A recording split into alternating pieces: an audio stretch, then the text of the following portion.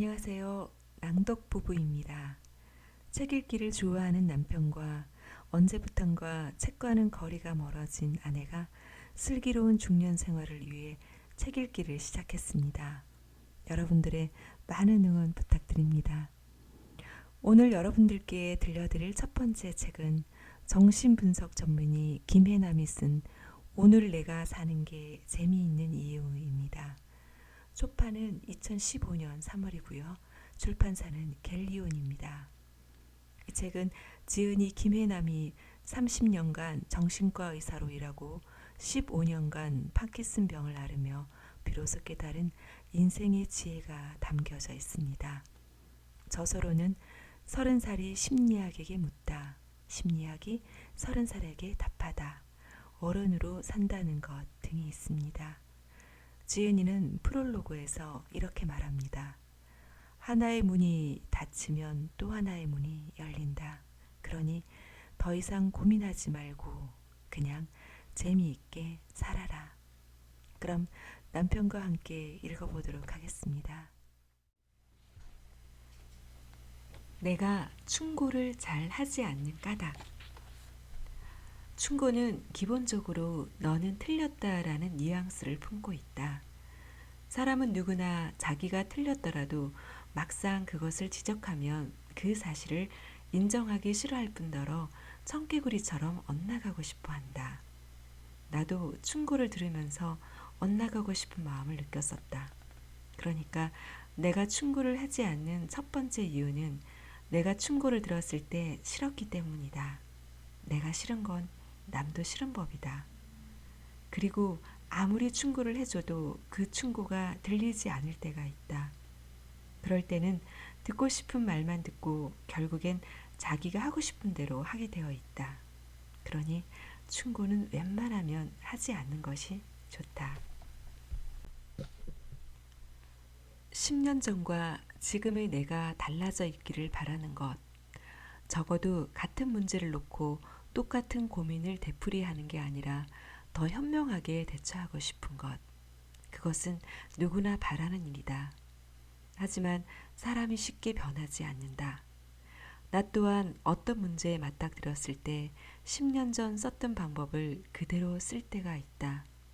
다만 그때와 달리 지금은 또 내가 이러고 있구나 라며 먼저 알아차리고 스스로를 제어하는 힘이 조금 커졌을 따름이다.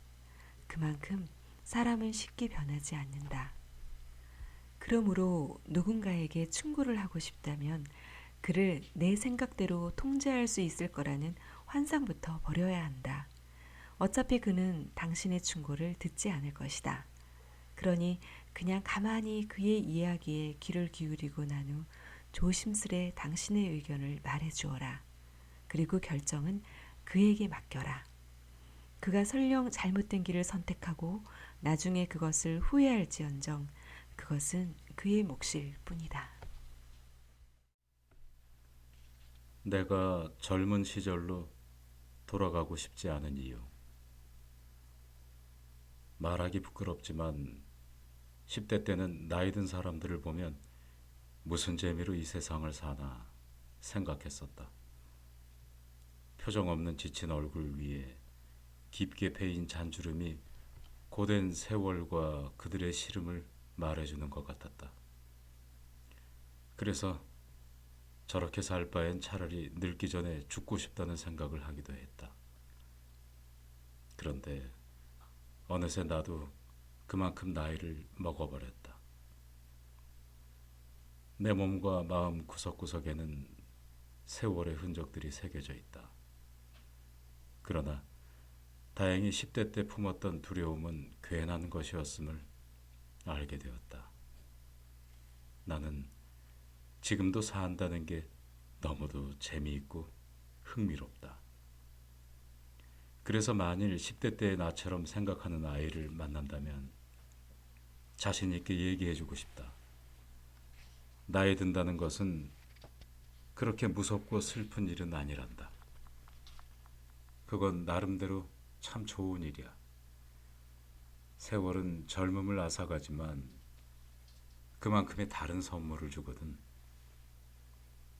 물론 탄력 있는 피부와 생기 넘치는 예쁜 얼굴, S라인의 탄탄한 몸매와 초콜릿 복근의 역삼각형 몸매 등 젊음을 숭배하는 현대사회에서 나이 든다는 것은 인류학자 마거릿 미드의 말처럼 젊은이들의 세상에 이민 온 이방인이 되어버리는 쓸쓸한 일이다.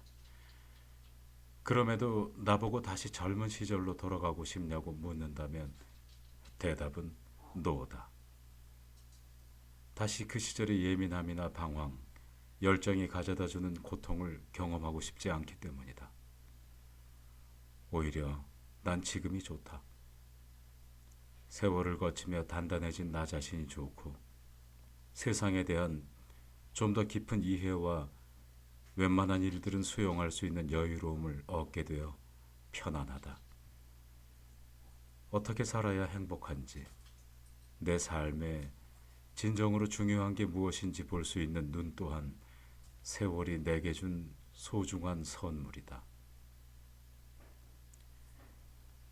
인생의 의미를 찾아 방황했던 10대, 닥치는 대로 공부하며 정신없이 보낸 20대, 가정을 꾸리고 두 아이를 키우며 치열하게 보낸 30대, 꿈을 펼쳐보려고 했더니 병이 찾아온 40대를 넘어 50대 후반에 들어선 지금까지 돌이켜보면 참 많은 일이 있었는데 그 일들을 거쳐 지금의 내가 있다.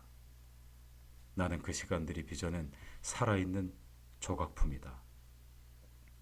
지금도 성장하고 발달하는 조각품. 앞으로도 무한한 가능성을 지닌 조각품. 시간과 내가 빚어가야 할 조각품인 것이다. 나이 든다는 것은 상실의 연속이다.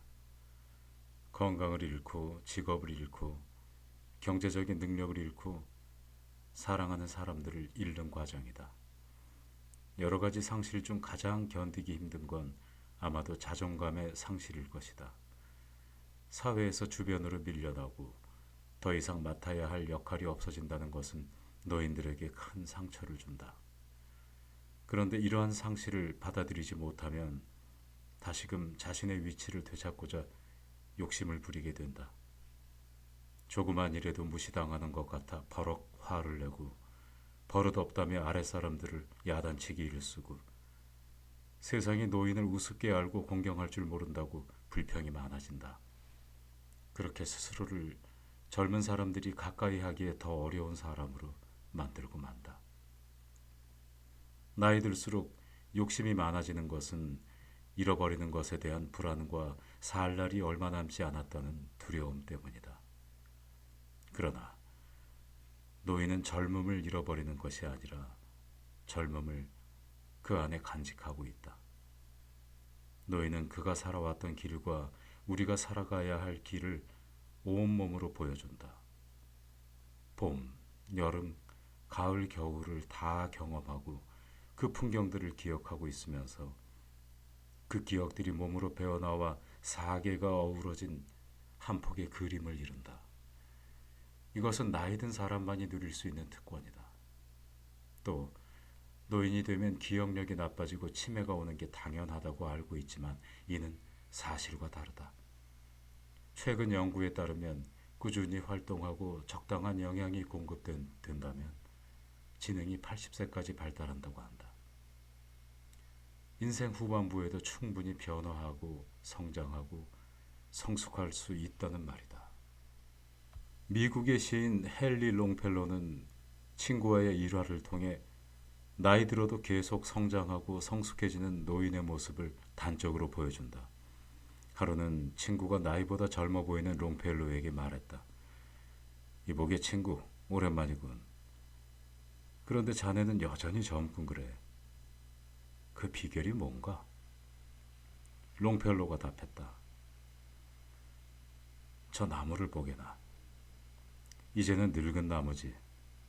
그러나 저렇게 꽃이 피고 열매도 맺는다네.